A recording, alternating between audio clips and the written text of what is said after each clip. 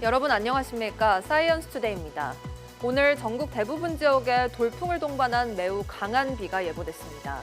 반지하 주택과 지하 주차장 등 침수 지역도 많이 발생할 것으로 보이는데요. 신속히 대피해 인명 피해가 없도록 해야겠습니다. 오늘의 주요 뉴스 만나보시죠.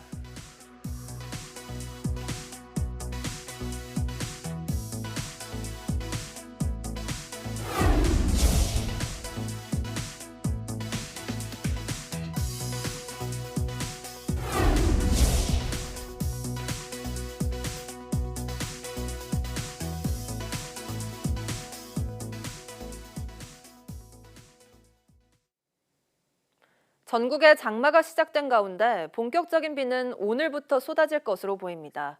특히 오늘 밤사이 중부 곳곳에 시간당 70mm에 달하는 극한호우가 쏟아질 가능성이 있어 피해가 우려됩니다. 김민경 기자의 보도입니다.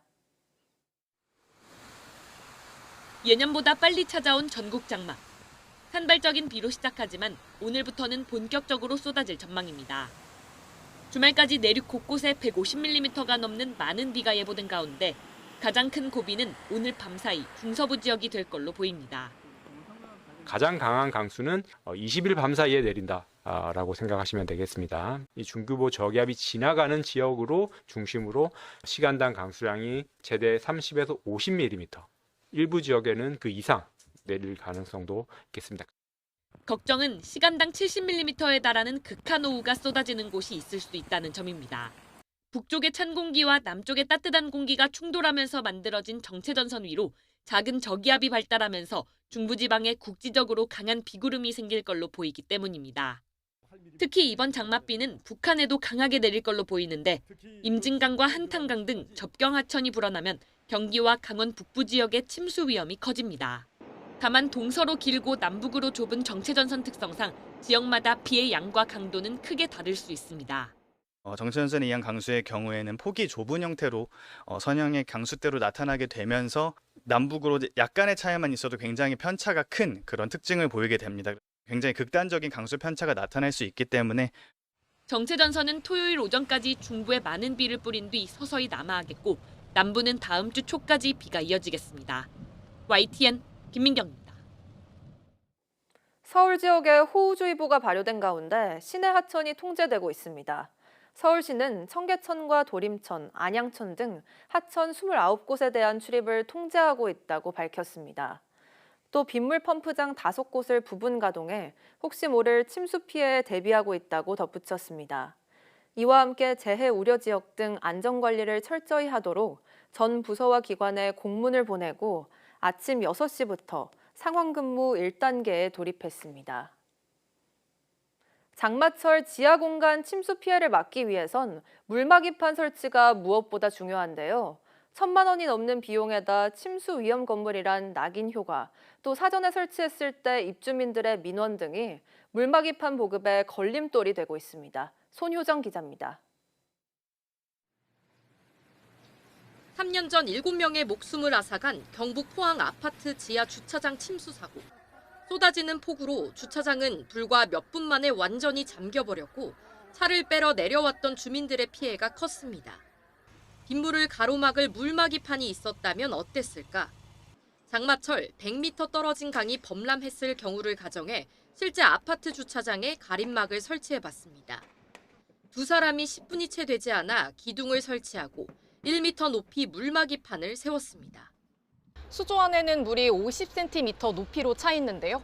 하지만 이 물막이판 덕분에 지하주차장 안으로 새는 물은 거의 없습니다. 물막이 효과는 크지만 설치율은 미미합니다. 현행법상 침수 위험이 있더라도 방제지구나 자연재해 위험 개선지구의 건축물이 아니라면 설치를 강제할 수 없는데 대규모 점포나 병원, 숙박업소 등 다중이용시설을 살펴보니 물막이판을 설치한 경우는 4.52%로 5%도 안 됐습니다. 자동식 물막이판은 억대, 수동식이더라도 1,000만 원이 넘는 설치 비용이 문제. 더구나 침수 위험 건물이라는 낙인 효과도 설치를 꺼리게 만드는 요인입니다. 물막이 설비를 무상으로 지원하는 그런 시책도 하고 있는데요. 침수 건물로 인식되어서 건물주는 건물의 가격이 하락할 걸 우려해서 물막이판 작동과 관리에 대한 지침을 마련하는 것도 숙제입니다. 비가 얼마나 왔을 때 작동해야 하는지 기준이 없는 데다가 비가 오기 전 설치했다가 자칫 입주민과 갈등이 불거질 가능성도 있습니다. 관리사무소에서 뭐 방선원이라든가 뭐 공고문을 붙이는 여쭤보고 주민이 관리실에다가 그러고서 해결을 했으면 뭐 마찰은 없을 것 같습니다. 기록적인 폭우가 빈발하면서 침수 피해가 커지는 가운데 세심한 지원과 지침 마련으로 침수 예방 효과를 끌어올려야 한다는 지적이 많습니다. YTN 손유정입니다.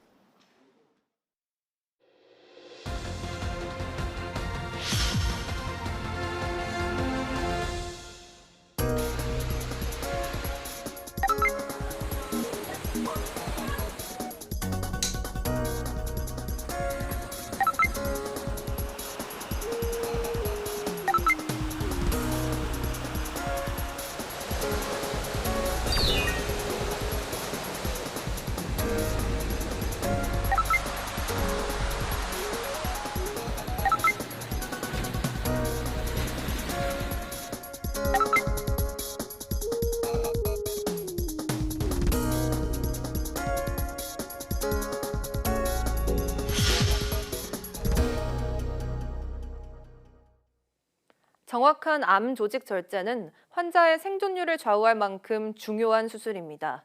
국내 연구진이 박테리아를 이용해 암 조직을 명확히 드러내 절제 수술을 돕는 기술을 개발했습니다. 권석화 기자가 보도합니다. 대장암에 걸린 실험용쥐에 조영제를 투입합니다. 현미경으로 관찰하니 암 조직이 선명하게 드러납니다. 암의 위치와 경계가 뚜렷하게 보여 정밀하게 종양을 절제할 수 있습니다. 하루 전에 쥐에 투입한 박테리아가 조영제와 반응해 빛을 내는 겁니다. 3일 정도까지 암 조직에 선택적으로 이렇게 축적이 되어서 실제로 조영 수술을 하는 동안 충분한 시간 동안 조영을 할 수 있는 장점이 있고요. 암의 전체적인 모양까지 다 조영을 할 수 있는 장점이 있습니다. 국내 연구진이 암 종양 미세 환경에 잘 서식하는 박테리아를 활용해 암을 추적하는 조영 기술을 개발했습니다. 체내 암 조직에 도달한 박테리아가 특정 물질을 생성하고 형광 물질과 반응하도록 유전적으로 조작한 겁니다. 이 기술로 종양과 정상 조직 간의 차이를 나타내는 대조도는 기존 평균 3, 4에서 15까지 향상됐습니다. 암세포와 정상세포의 경계를 명확하게 드러낸 덕분에 정상 조직은 불필요하게 건드리지 않고 정밀한 절제가 가능한 겁니다. 암 조직의 위치를 실시간으로도 모니터링을 하면서 잘라내기 때문에 정확하게 암을 모두 다 제거할 수 있고요. 예후가 좋지 않은 암에서도 암 치료의 효과가 굉장히 높아질 것으로 기대할 수 있습니다. 연구팀은 또 기존 항체 항원 기반 표적 치료제와 달리 박테리아 기반 기술은 하나의 표적 물질로 다양한 암에 적용할 수 있다고 설명했습니다. 보이지 않던 암까지 실시간으로 밝혀내 진단은 물론 치료 가능성까지 제시한 박테리아 기반 암 추적 조영 기술. 암 수술의 정확도를 높이는 새로운 전환점이 될 수 있을지 주목됩니다. YTN 사이언스 권석화입니다. 6억 5천만 광년 밖의 우주 공간에서 뜨거운 가스가 끈처럼 펼쳐진 거대한 필라멘트 구조가 관측됐습니다.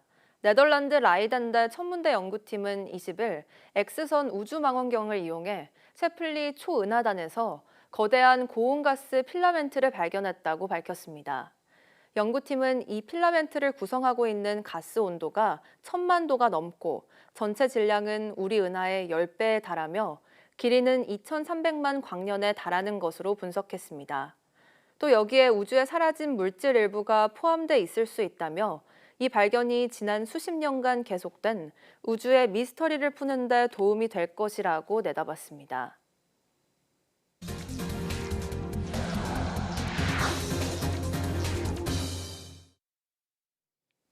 이재명 대통령이 국무회의에서 민생회복지원금 등이 포함된 30조 5천억 원 규모의 정부 추경안을 처리했습니다. 이 대통령은 국민의 고통이 매우 크다며 이제 국가재정을 사용할 때가 됐다고 말했습니다. 정인용 기자입니다. 이재명 대통령이 외교 데뷔전을 치른 뒤 곧바로 국무회의를 주재하고 30조 5천억 원 규모의 2차 추가 경정 예산안을 처리했습니다. 취임 당일 비상경제점검 TF 1차 회의에 이어 지난 9일 2차 회의를 연 지 열흘 만입니다.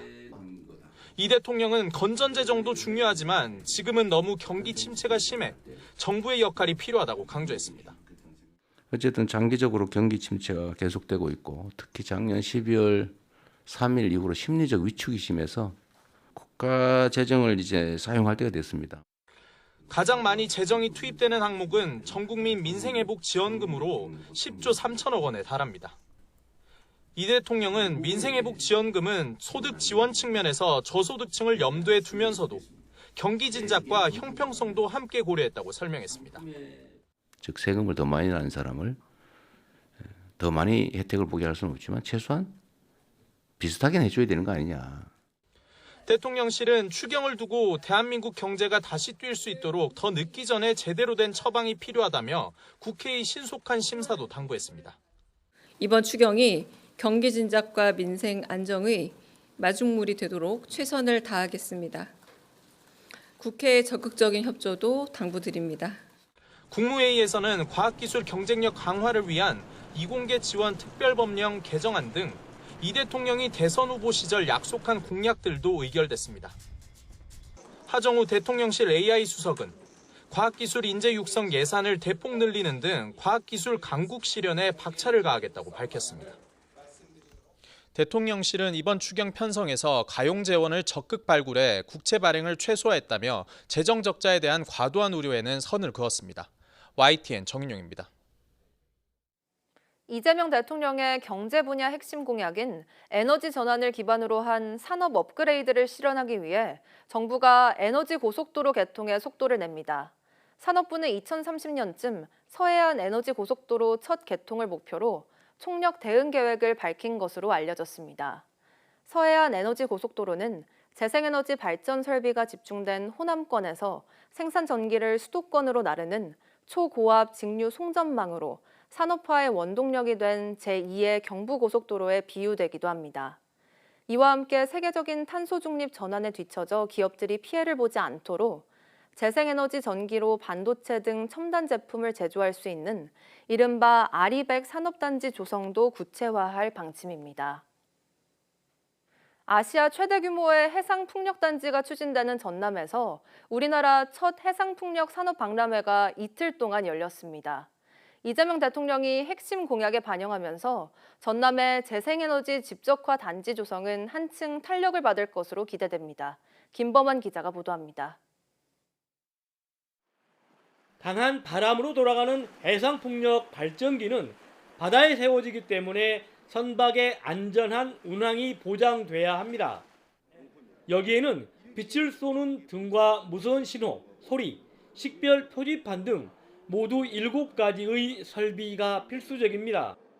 저희 회사가 갖고 있는 그런 용품들을 또 설명할 수 있고 또 전시함으로써 또 서로 협업하고 또 도에 더 도움이 될 수 있는, 그리고 지역사회에 이 같은 용품들을 사용해서 일자리 창출이라든지.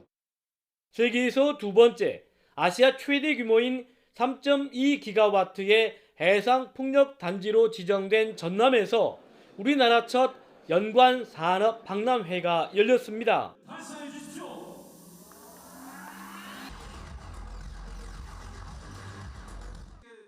해상풍력의 허브로 도약하기 위해 마련된 박람회에서는 전남 동부권에 대규모 해상풍력단지 조성을 위한 결의문이 채택됐습니다. 우리는 전라남도 해상풍력의 균형 성장을 위해 동부권 13기가와트 보급 확대에 최선을 다한다.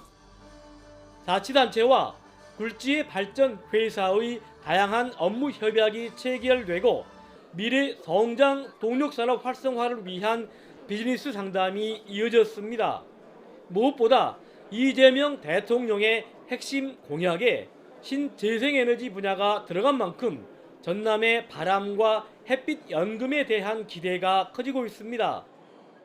재생에너지 사업에 크게 박차를 가할 태세로 있기 때문에 그런 재생에너지가 중요한 길목에서 우리 전라남도에서 가장 먼저 재생에너지 해상풍력 박람회를 개최한다는 것에 큰 의미가 있다 이렇게 생각을 합니다.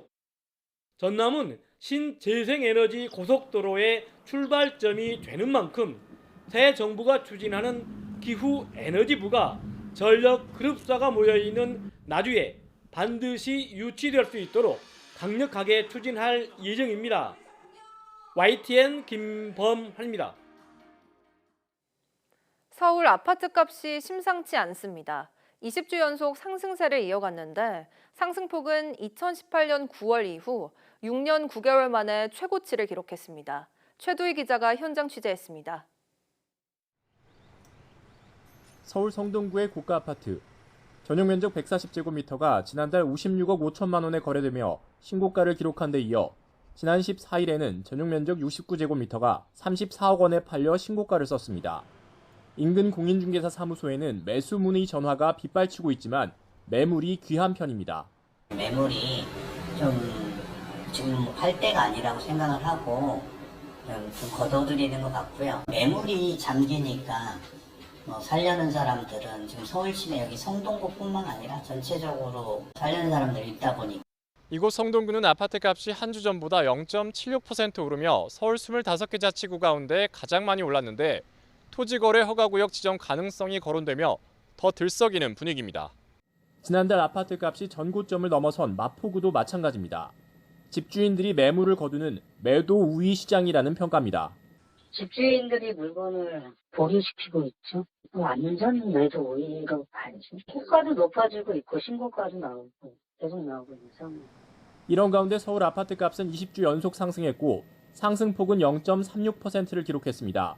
문재인 정부 시절인 2018년 9월 둘째 주 이후 6년 9개월 만의 최대 상승폭입니다. 성동, 마포 등 한강벨트는 물론 강남 3구 아파트값 상승세가 두드러졌고 25개 자치구 모두 아파트값이 오르며 상승세가 서울 전역으로 번지는 분위기입니다. 다음 달 3단계 스트레스 DSR 규제 시행을 앞둔 데다 새 정부 부동산 정책 기조에 대한 예측 등이 매수 심리를 자극한 것으로 보입니다.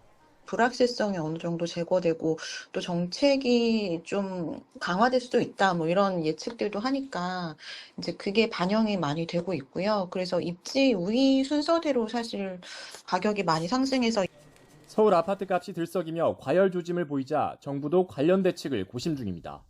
YTN 최두희입니다. 30, 40대 부부 10상 중 6상은 맞벌이인 것으로 나타났습니다. 1인 가구는 800만 가구를 넘어섰습니다. 통계청은 지난해 10월 기준 배우자가 있는 1,267만 3천 가구 가운데 맞벌이 가구가 608만 6천 가구로 48%를 차지했다고 밝혔습니다. 한 해 전에 비해 2만 9천 가구, 0.2%포인트 감소했습니다. 하지만 30대 맞벌이 비중은 61.5%, 40대는 59.2%로 각각 2.6%포인트, 1.3%포인트 상승했습니다. 박한호 바이오니아 회장이 아시아 태평양 지역 30여 개국 화학회가 소속된 연합기구인 아시아 화학회 연맹이 수여하는 2025 경제발전 공로상 수상자로 선정됐습니다. 대한화학회는 바이오니아가 독자 개발한 분자 진단 장비와 진단 키트를 아시아 32개국 등 전 세계 90여 개국에 공급하며 감염병 대응과 공중보건 향상에 이바지한 점이 높이 평가됐다고 밝혔습니다. 한국인이 이 상을 받는 건 2001년 여종기 LG화학기술연구원장, 2007년 이부섭 동진세미캠 회장에 이어 세 번째입니다. 이스라엘이 매일 이란의 핵시설을 공습하는 가운데 원전까지 파괴될 경우 체르노빌급 재앙이 닥칠 것이라는 경고가 나왔습니다. 카타르 등 걸프 연안 국가들의 식수는 3일 안에 바닥날 것이라는 분석도 이어졌습니다. 신웅진 기자의 보도입니다. 이스라엘이 공개한 이란 아라크 지역 핵시설인 중수로 폭격 영상입니다. 더불어 현재 이란에서 유일하게 가동 중인 부쉐르 원자력 발전소도 공격했다고 이스라엘군은 밝혔습니다. חיל האוויר ממשיך ותוקף ומעמיק את הפגיעות בכלל הרכיבים כפי שהגדרנו במטרות המלחמה. פגענו באתרי גרעין, גם בבושאר, גם באספהאן, גם בנתנז, ונמשיך לפגוע גם במתקנים אחרים. 하지만 곧바로 부셰르 원전을 언급한 것은 실수였다고 정정하면서 공격 여부를 확인도 부인도 할 수 없다는 모호한 입장입니다. 부셰르 원전 건설부터 핵연료 제공과 폐연료봉 처리까지 모두 맡은 러시아는 발끈했습니다. 러시아 국영 원전기업 로사톰은 부셰르 제1원전이 공격받을 경우 체르노빌에 비견할 재앙이 벌어질 것이라며 이는 악을 넘어서는 일이라고 반발했습니다. 러시아 외무부도 이스라엘의 공격 중단을 촉구하고 미국의 군사 개입에 대해서도 경고했습니다. Россия призывает израильское руководство немедленно прекратить налеты на ядерные установки и площадки, находящиеся под гарантиями и являющиеся объектами проверочной деятельности МАГАТЭ. Особенно обеспокоены безопасностью атомной электростанции Бушер, в работе которой задействованы российские специалисты. 걸프 연안에 자리 잡은 부셰르 원전은 이란 수도 테헤란보다 오만, 바레인, 카타르, 사우디아라비아, 아랍에미리트 등과 지리적으로 더 가깝습니다. 이들 국가는 걸프 해역의 바닷물을 담수로 만들어 식수로 쓰는데 부셰르 원전이 파괴될 경우 방사능 오염을 피하기 어렵습니다. 셰이크 무함마드 알사니 카타르 총리는 부셰르 원전이 폭발할 경우 사흘 안에 자국 식수가 고갈될 것이라는 분석을 전했습니다. 그러면서 카타르뿐 아니라 쿠웨이트, 아랍에미리트 등 모두에게 적용된다고 강조했습니다. YTN 신웅진입니다. 국제원자력기구는 냉각수와 외부 전력 공급 문제가 완전히 해결되지 않는 한 우크라이나 자포리자 원자력발전소 재가동은 불가능하다고 밝혔습니다. IAEA는 19일 성명에서 이번 주 현장에서 진행된 논의를 바탕으로 이 대규모 전쟁이 계속되는 한 자포리자 원전이 다시 가동될 수 없다는데 모든 관계자가 대체로 공감했다고 전했습니다. 유럽 최대의 원자력 발전소인 자포리자 원전은 러시아가 우크라이나를 침공한 2022년 2월 이후 러시아가 점령 중입니다. 원전이 외부 전력과 단절되면 냉각 시스템이 멈추고 최악의 사태엔 원자로 과열로 노심 용융이 일어나 방사성 물질이 대량 누출되는 재앙으로 이어질 수 있습니다.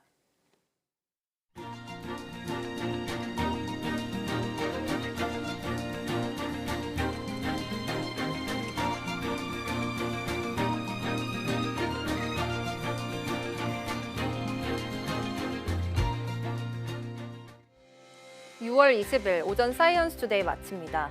오후 뉴스도 많은 시청 바랍니다. 시청해주신 여러분 고맙습니다.